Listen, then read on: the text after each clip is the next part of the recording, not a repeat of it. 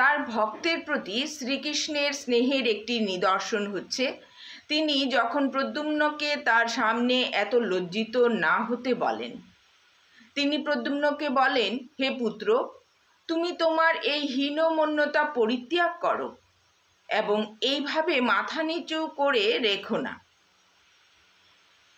স্পষ্ট স্বরে আমার সঙ্গে কথা বলো এবং অশ্রু বর্ষণ করো না।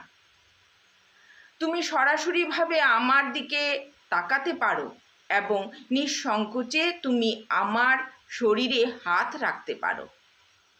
তোমার পিতার সামনে এত সম্মান প্রদর্শন করার কোনো কারণ নেই। প্রদ্যুম্নের কার্যকলাপের মাধ্যমে শ্রীকৃষ্ণের প্রতি তার আকর্ষণ সব সময় প্রকাশ পেত। তার পিতা যখন তাকে কোনো আদেশ দিতেন তিনি তৎক্ষণাৎ সেই আদেশ পালন করতেন। বিষবোধ হলেও সেই কার্যভার তিনি অমৃতের মতো গ্রহণ করতেন।